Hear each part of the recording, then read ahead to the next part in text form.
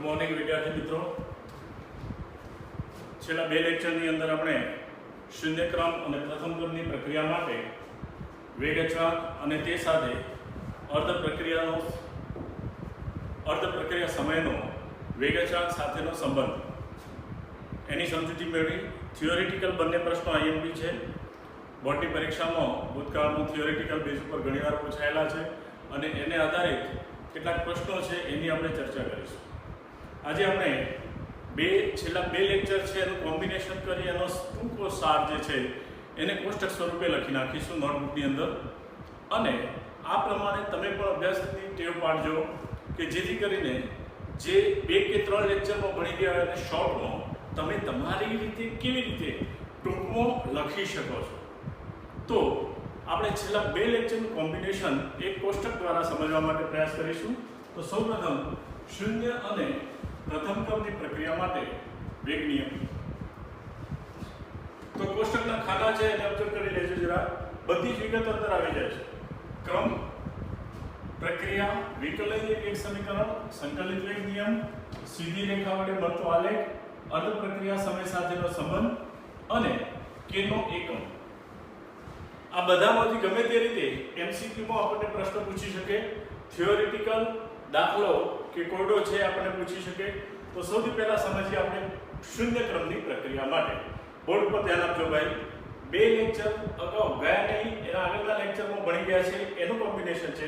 આ ગઈકાલના લેક્ચરનું કોમ્બિનેશન છે અથવા તો શોર્ટ ફોર્મ છે। તો સૌપ્રથમ પ્રક્રિયા આપણે લઈએ R gives P, that is reactant give product।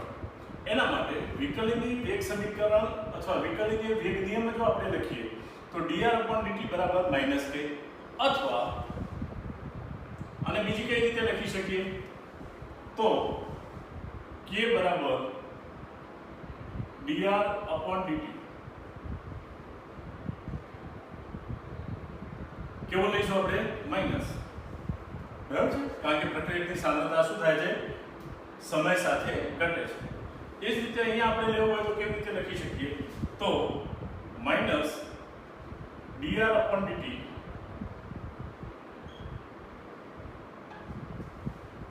બરાબર k * r। આ રીતે પણ આપણે લખી શકીએ છીએ। તો બંનેમાંથી ગમે તે રીતે લખી શકીએ આપણે અથવા બરાબર છે। શૂન્ય ક્રમ માટે ફરીથી સમજીએ છીએ। r gives p, k બરાબર -dr/dt, કારણ કે r0 ની સાંદ્રતા, r ની સાંદ્રતાનો ઘાતાંક 0 એટલે 1 મળે એટલે k નું મૂલ્ય કેટલું મળે -dr/dt।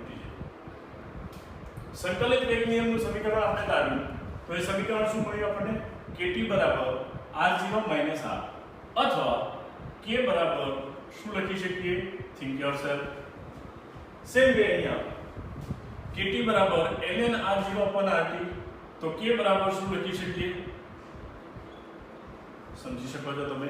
અને એને આધારિત સૂત્ર આપણે ધાર્યું હતું k બરાબર -2.303 t log r0/rt। ગઈકાલે આપણે ભણ્યા હતા। અહીંયા આલેખ આપણે દોરીએ તો કોના વિરુદ્ધ કોનો આલેખ દોરીએ છે તો r gives t, સાંદ્રતા વિરુદ્ધ સમયનો આલેખ દોરીએ છે। તો એ આલેખ આપણને ઋણ ઢાળ ધરાવતી સીધી રેખા મળે છે અને એનો અર્ધ આયુષ્ય સાથેનો સંબંધ જો આપણે લઈએ t1 તો શૂન્ય ક્રમની પ્રક્રિયા માટે મળે છે આપણને r0/2k અને k નો એકમ જો આપણે તારવવો હોય તો k નો એકમ આપણને મળશે મોલ પ્રતિ લિટર સેકન્ડ ઇન્વર્સ અથવા મોલારિટી સેકન્ડ ઇન્વર્સ। એ રીતે પણ આપણે દર્શાવી શકીએ સાંદ્રતા છેદમાં સમય। હવે આગળ લઈએ પ્રથમ ક્રમની પ્રક્રિયા માટે।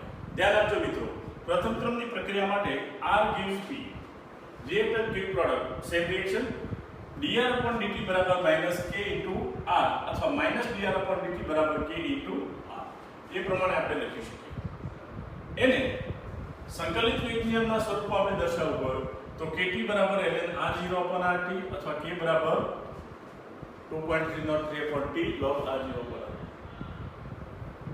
પછી ln r gives t, એ શું મળ્યું આપણને સીધી રેખાનો આલેખ અને એને આધારિત અર્ધ આયુષ્ય સમય સાથેનો સંબંધ એ 0.693/k જેટલો મળે છે અને એનો એકમ જે છે એ એકમ આપણને મળે છે સમય ઇન્વર્સ એટલે કે સેકન્ડ ઇન્વર્સ।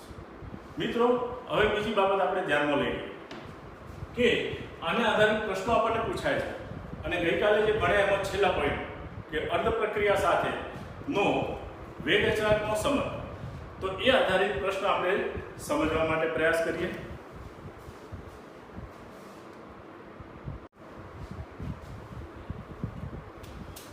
તો મિત્રો કોષ્ટક પછી અર્ધ પ્રક્રિયા સામે આધારિત કોયડા છે એ આપણે સમજીએ.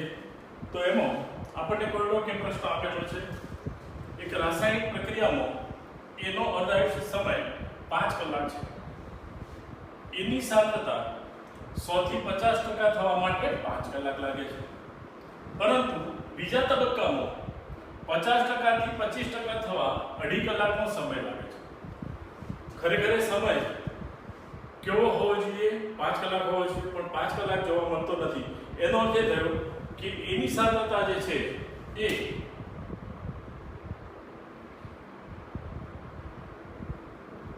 એનો અર્ધાયુષ્ય સમય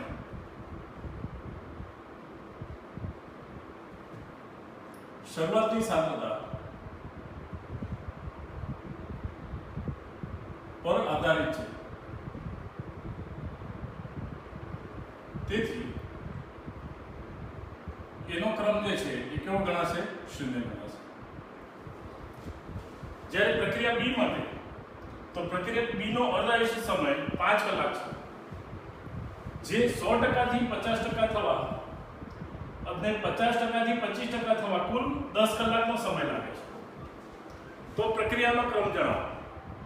તો અહીં આપણે લઈશું કે બી ની સાંદ્રતા બી નો અર્ધાયુષ્ય સમય શરૂઆતની સાંદ્રતા પર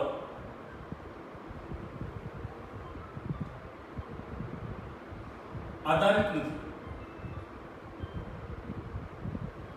Therefore, બી જે છે એ કેવા ક્રમની પ્રક્રિયા ગણી શકાય? પ્રથમ ક્રમની. તો કુલ પ્રક્રિયા ક્રમ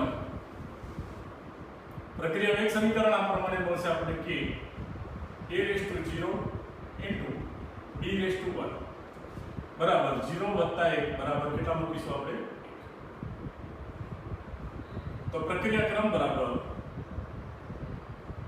a ના સંદર્ભમાં શૂન્ય ક્રમ અને b ના સંદર્ભમાં એ પ્રથમ ક્રમ છે તેમ આપણે કહી શકીએ. હવે અન્ય એક ઉદાહરણ લઈએ અને અર્ધ પ્રક્રિયા સાથેનો સંબંધ છે આપણે તારવીએ.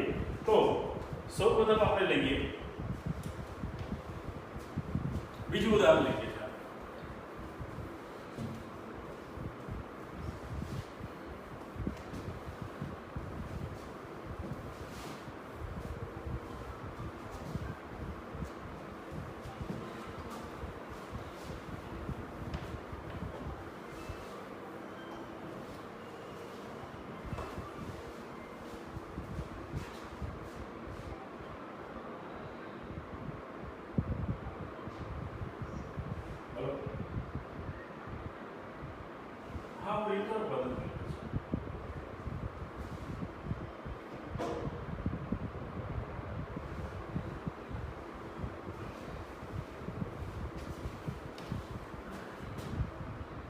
બીજો પ્રશ્ન લઈએ આપણે.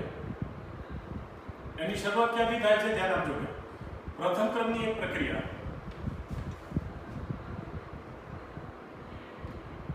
ની શરૂઆતની સાંદ્રતા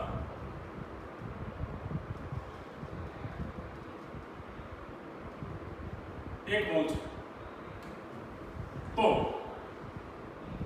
0.125 થવા માટે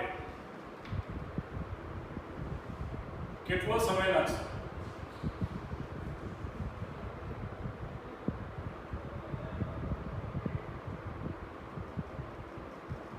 અહીંયા T1 આપેલો હોય, ધારો કે આપણને T1 બરાબર 5 મિનિટ. બરાબર. તો અહીંયા આપણે શરૂઆતની સાંદ્રતા લઈ લઈએ.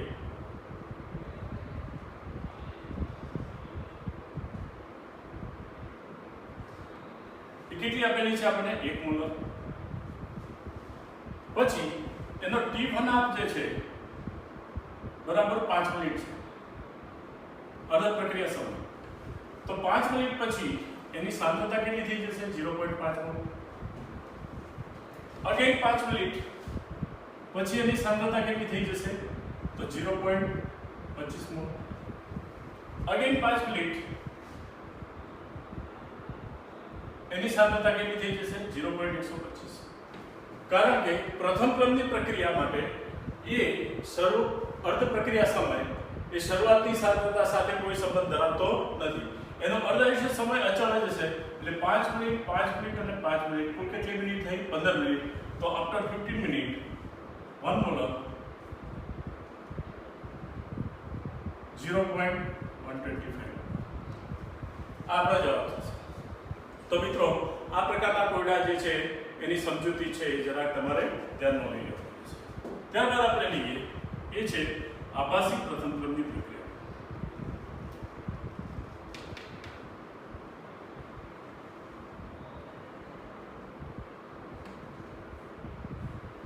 આભાસી પ્રથમ ક્રમ તો કેટલીક દ્વિઆણ્વીય પ્રક્રિયાઓ જે છે એ પ્રારંભમાં એ દ્વિઆણ્વીય પ્રક્રિયાઓ ખરી, પરંતુ એમનો ક્રમ જે છે એ એક હોય છે.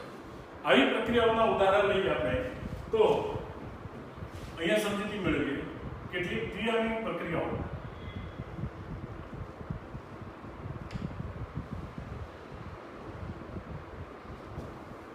આભાસી પ્રથમ ક્રમની પ્રક્રિયાઓ હોય છે.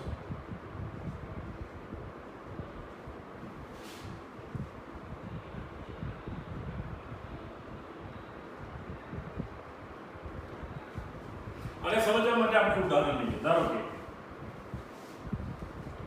કોઈ એક પ્રક્રિયા છે એસ્ટરનું જળ વિભાજન. તો CH3 COOCH3 દસમા ધોરણમાં ભણી ગયા છો આપણે. એસ્ટરીકરણની પ્રક્રિયા અને એસ્ટરનું જળ વિભાજન પણ ભણી ગયા છો. તો આ જે છે એનું નામ આપીશું આપણે મિથાઇલ એસિટેટ વત્તા H2O. જો એનું જળ વિભાજન કરીએ તો એમાંથી નિપજ શું મળશે આપણને CH3COOH વત્તા CH3OH. એટલે એસિટિક એસિડ અને મિથેનોલ.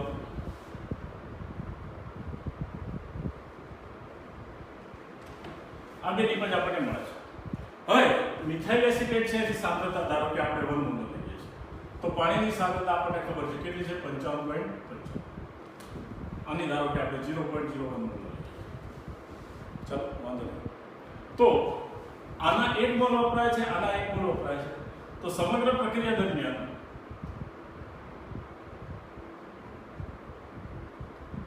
પાણીના 0.01 મોલ વપરાય.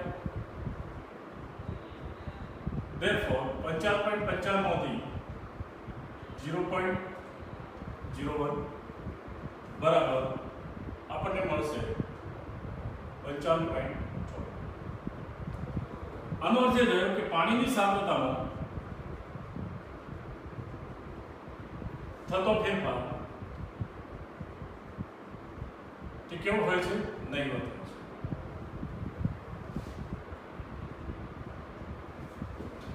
તો વાસ્તવમાં દ્વિઆણ્વીય પ્રક્રિયા છે. એક મિથાઇલ એસિટેટનો અણુ છે, બીજો પાણીનો અણુ છે. એટલે સ્વાભાવિક રીતે બે અણુઓ અથડાશે અને બંનેની સાંદ્રતા પર પ્રક્રિયાનો આધાર રહેલો છે. પણ અહીં પાણીની સાંદ્રતામાં થતો ફેરફાર નહીવત છે. તેથી આવી પ્રક્રિયા આભાસી પ્રથમ ક્રમની પ્રક્રિયા તરીકે ઓળખવામાં આવે છે.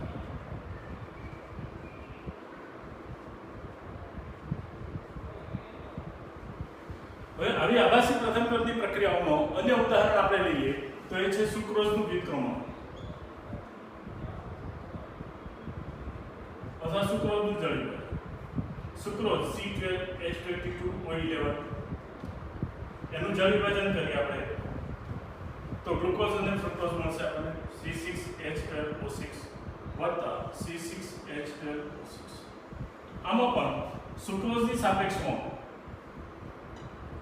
સુક્રોઝ જેને આપણે વ્યવહારમાં શું કહીએ છીએ ખાંડ, એની સાપેક્ષમાં પાણીના અણુની સાંદ્રતામાં થતો ફેરફાર અથવા પાણીની સાંદ્રતામાં થતો ફેરફાર એ કેવો હશે નહીવત હશે.